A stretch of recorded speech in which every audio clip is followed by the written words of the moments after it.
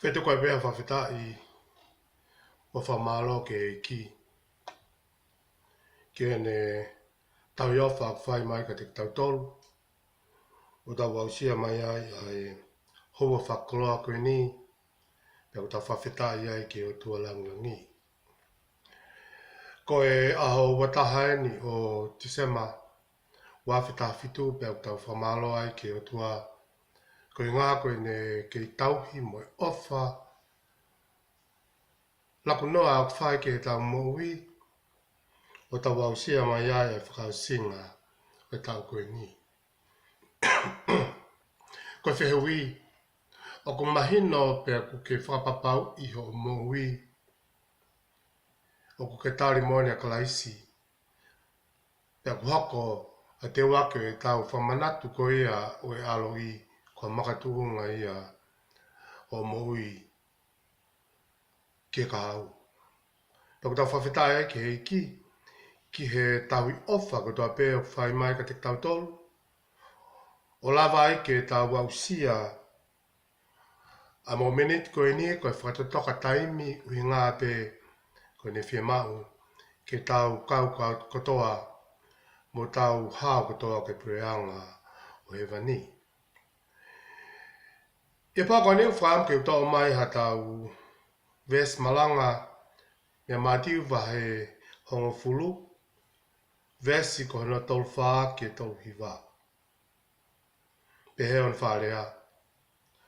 Owa na mo mahalo ko hau ke omi ai merino ki mamani, na ikai te hau ke omi ai merino ka ko here tā. He ko hau ke whakawhehia ai tangata ki ene tamai mo tahine ki ene whae. Mo tahine i he whono ki ene whae i he whono. Pea koe whiri o tangata akinau tolu kunofo moia i ono whare. Koe au o whalahi hake ke taimpe koe whae i a te au o kai tau moia ke ne mau au. Pea koe au o whalahi hake ki ono whohape o whiwhine i a te au o kai tau moia ke ne mau au. Pea koe au i kai to'o hake e ne akau mawhasia o muimu i a te au o kai tau moia ke ne mau au. Koe au kalwhaki i e ne moui e more i a te ea ka koe au more ne moui. Koe hiko au e mau ia e ia. Koe aha whakakaukau te utoa mai vesi ko na tolu whaa ke whai me ai. Ha tau popou whikawaki pia moe amanaki koe ni ke tau whamanatua ai alo i koe na tau eiki ko sisu kalaisi. O pehe mai a mātiu vai hongfuru vesi tolu whaa. Ke oua te mo mahalo na au ke velo mai ha merino ki he whanua. Na ikai ke whau ke velo aki maha merino. Ka koe uhinga e kuhoko mai, ka koe uhinga ku alo i. Ke velo aki mai ha here tā. Ka pau e hawhakaukau e pore i ki tautolu. Ia mahui ngā koe ni o e alo i ka te tautolu. E lava be he vesi koe ni ke ne o mai ke toi loloto ange a e tau iloi. Ai mahui ngā o e alo i mai o sisu kalaisi ke mamani koe ni. Tala mai sisu, ki mua ke whai ha whakamerino, pa ki mua ke tau mau hai merino. Koe hinga lahi ne hoko mai ke mamani koe ni. Koe velo aki mai ha here tā. O ku hinga ia ki hene wholofola. Pea ko tue koe taha e ngahi whakamatala maari e taha o sisu kalaisi he tohi tapu. Ka koe whakamapo po koe a o tala mai behe ne tamai ko no alo to peia e taha. Pea koe alo o i o tua.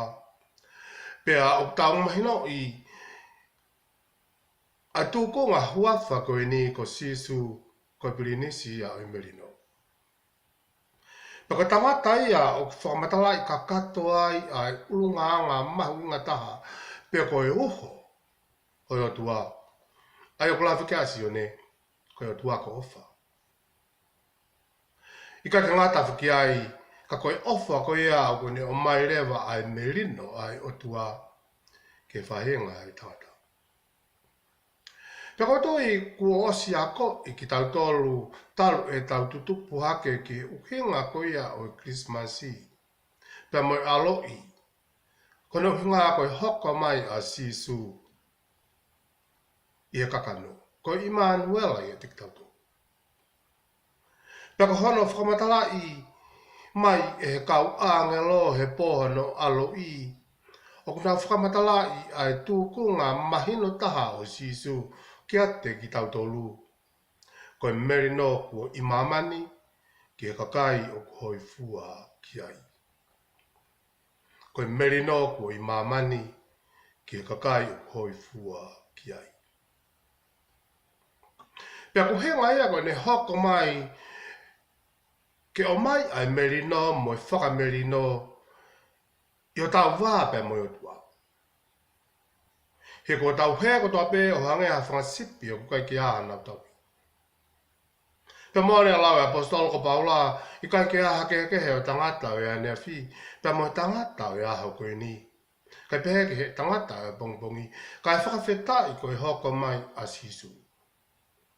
Ko lava ai ke tau ma uai a common crown ko ia. Ke tau hoko ai koe whanau ai o tua. Pea ka whamatala koni o ku ai mai. He kau angelo i hono alo i o kalaisi.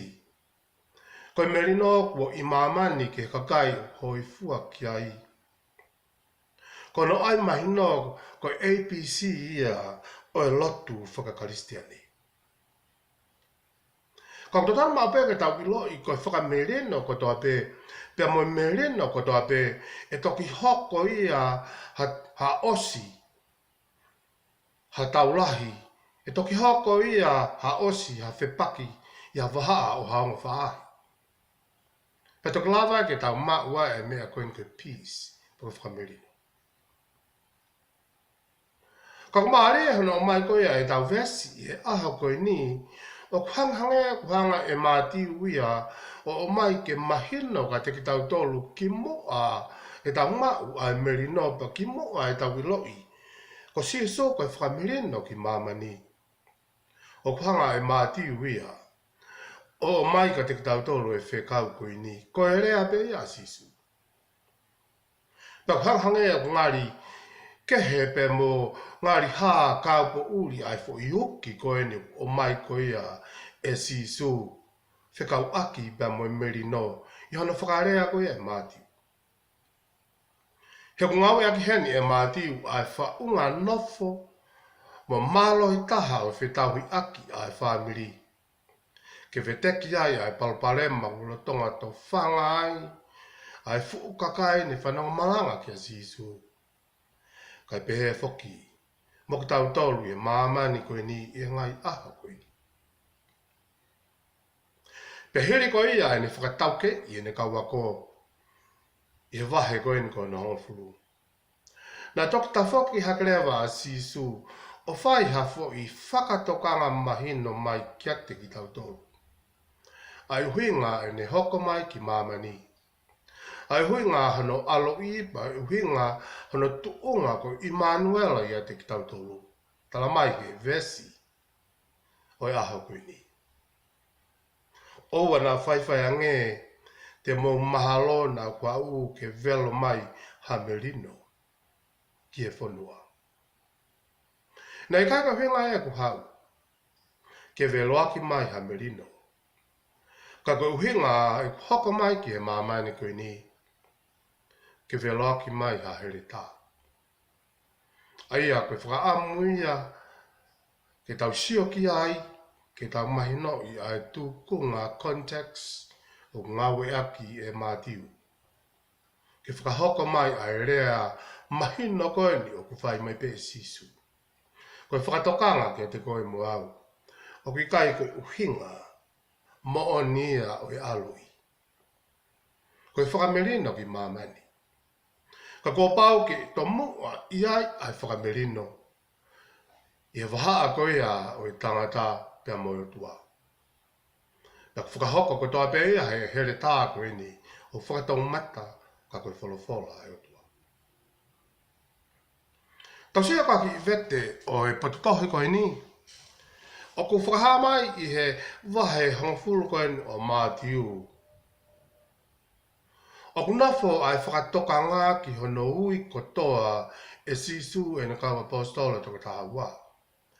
Whataha ia mo ene whekau i ki nau tolu ki hono malangai o ngongo rei ki ngai kolo Israeli. Aki ai kaweinga ko eni kua ofi ai pureanga o iotua.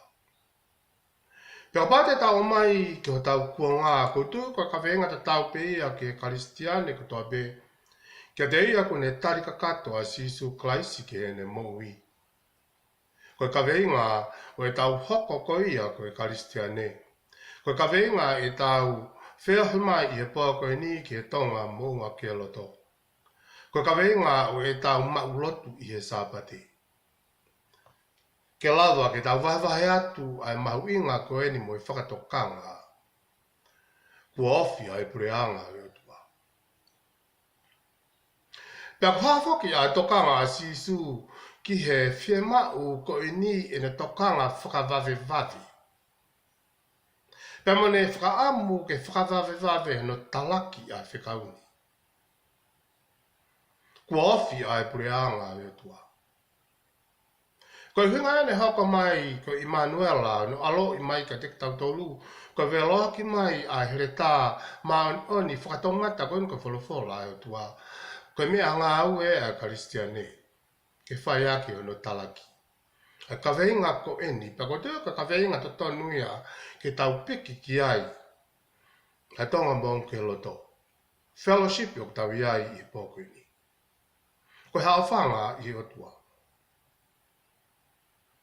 Ke tala ki o tau kāinga, ko tui ko ha mea ofa mahu inga tā haia ke lava ke tau talaki mo tau whawhiawhiai. Hano talaki kua ofi ai pureanga i o tua. Ko tui ko mea ofa lahi tā haia ke Christmasi. Ko mea ofa mahu inga tā haia o kufuwhia mau e sisu. Ke whai hano talaki. E kuanga whakaosi ko ni. Kua ofi ai pureanga i o tua. Pea ka whekau ea ko mai sisu i hele sauni o ia koe ni. Ko ha talaki mo ha whekau whakawawave ki he kakai ai o tua, ka ngā au e ai o tua. A koe mo au, ko ta hoko ko ti saipare a sisu.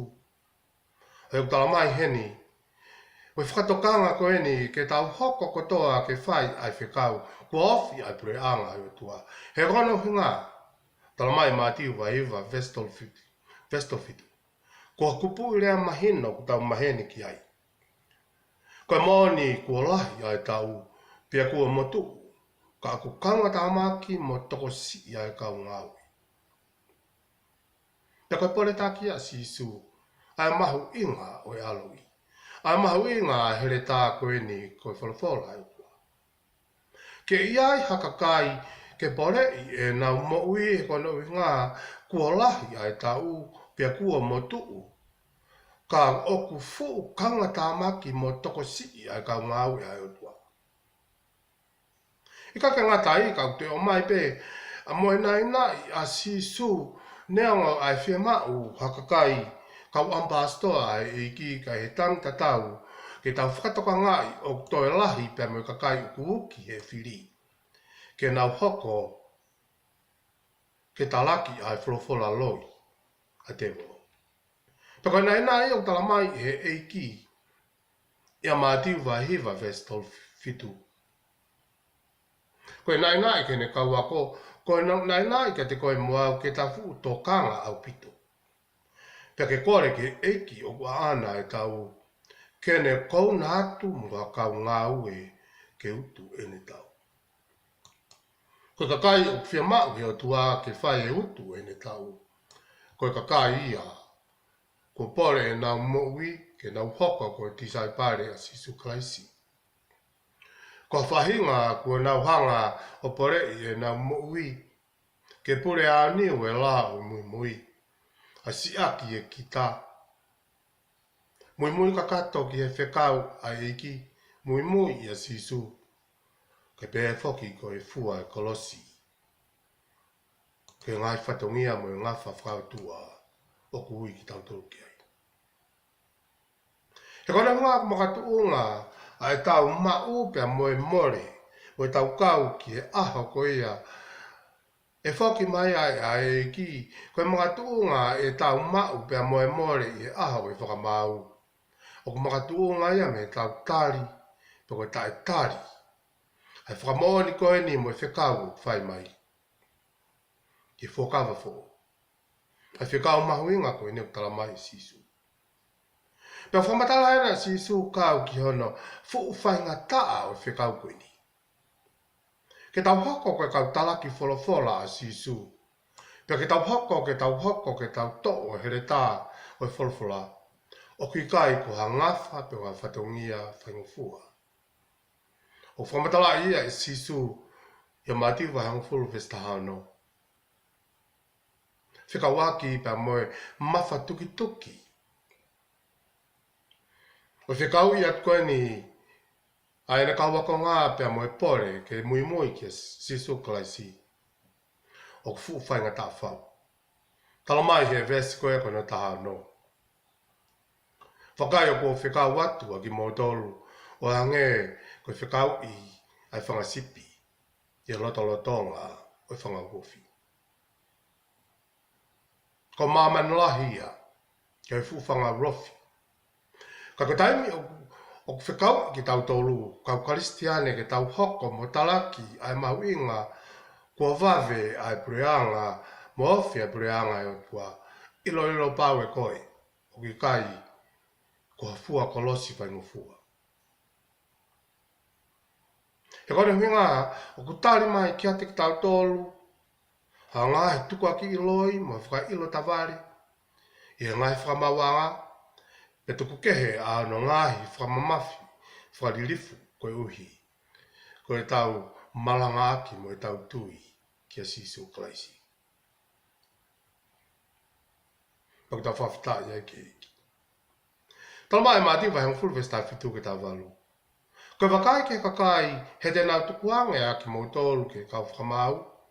Pe tēnau haha ki mo tolu o nau ngai whare tu.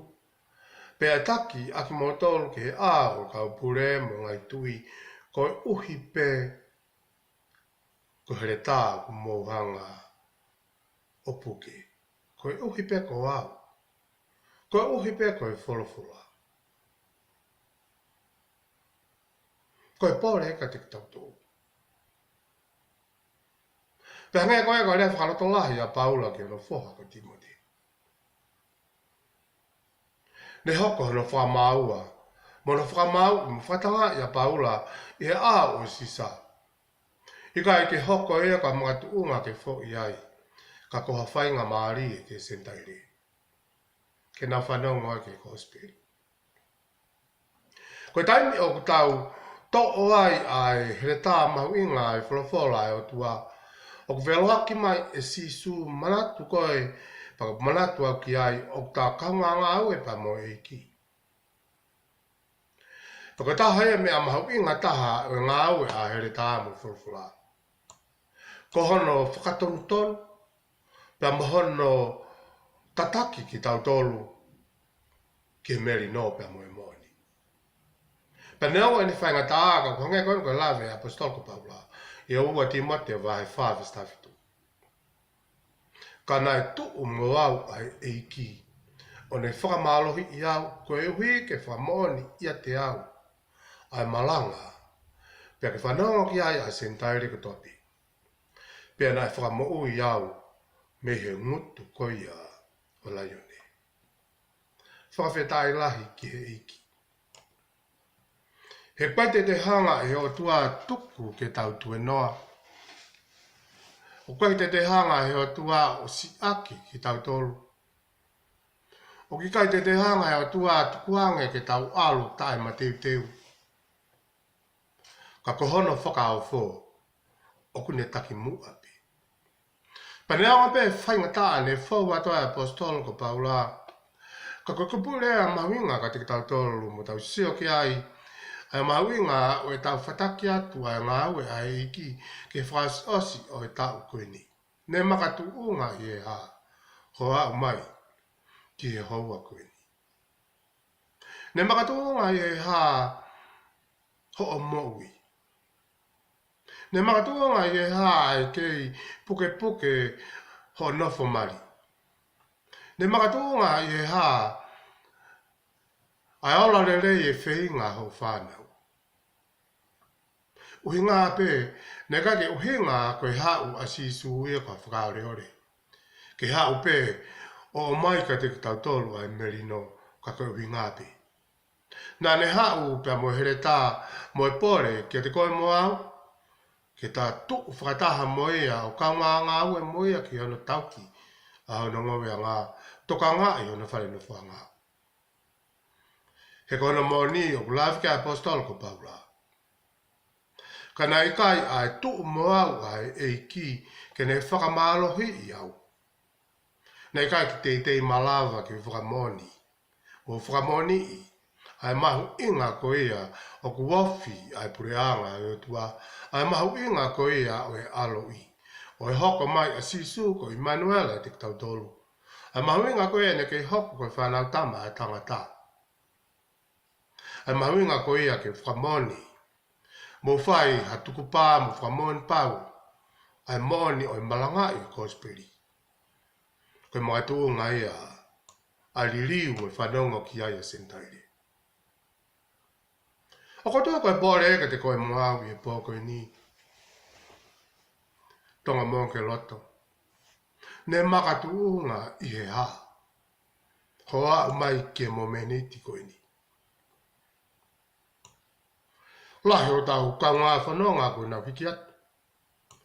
Pe ko lahi o tau ka ngā whanonga ko tau whaiputu ai. Kana e makatuunga i he ha.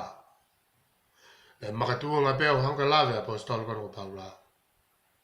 Makatuunga pe uhinga pe na e tuu mo koe, na e tuu mo au, na ta whepiki ni mataha pe a moe eiki ko Sisu Kraisi. Ke lawai hono whakamalo i ki taua. Pakotoi, koe walanga au e ia o e tangata karistiane, koe tumutumu ia o e taupi ki a Sisu.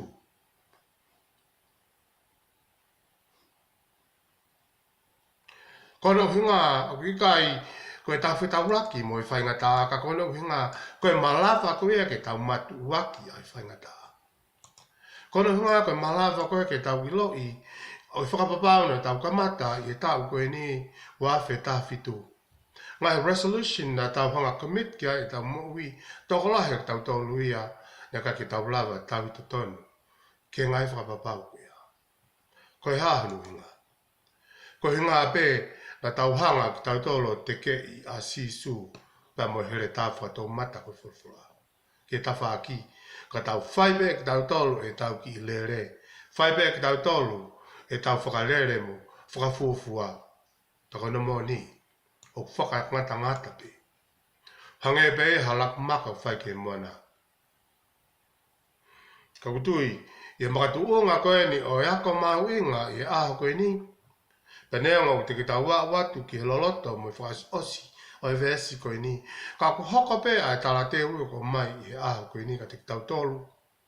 Ko toi pore ka te ki tau tolu ai mahu inga o te waki koe ni ki tau whamanatu. Ai alo i au tau eki huhui ko Sisu Kraisi.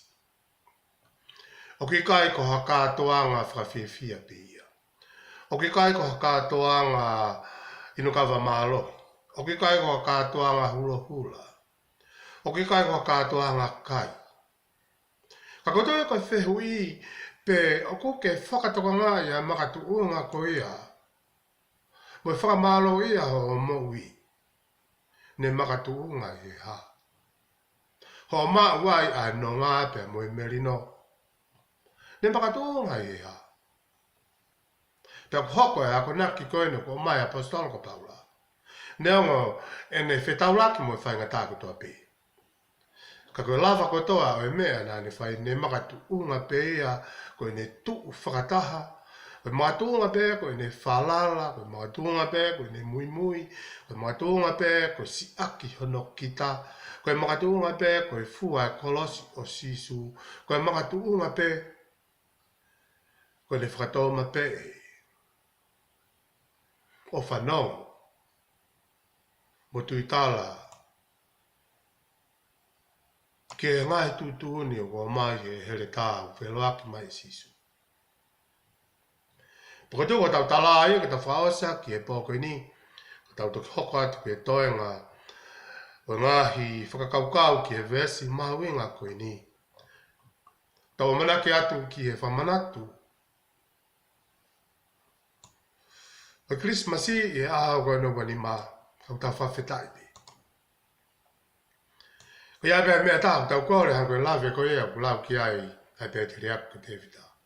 Koe tau kore pē ke tau i e whare iki. Koe mea pēr taha, ne kore ki ai, mo whaamu ki ai, a mere. Whe kāmā ki hola maataka, koe mea pē ne whaamu ki a mere. Ke whaite atu pē.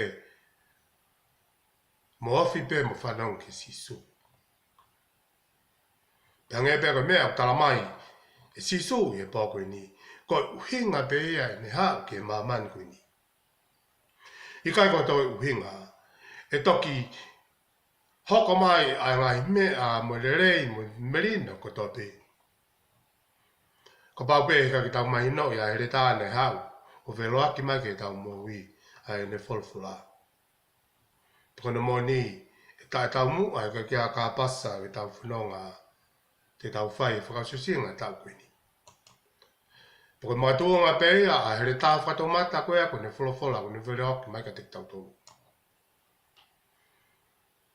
Ki hei kuna noa te tau whai e kamataanga o e tau whanonga ki tau pāu. Te whawhetai, o tau nonga pē. Whaitaha pē mo iki. Tala mai he apostolka Paula.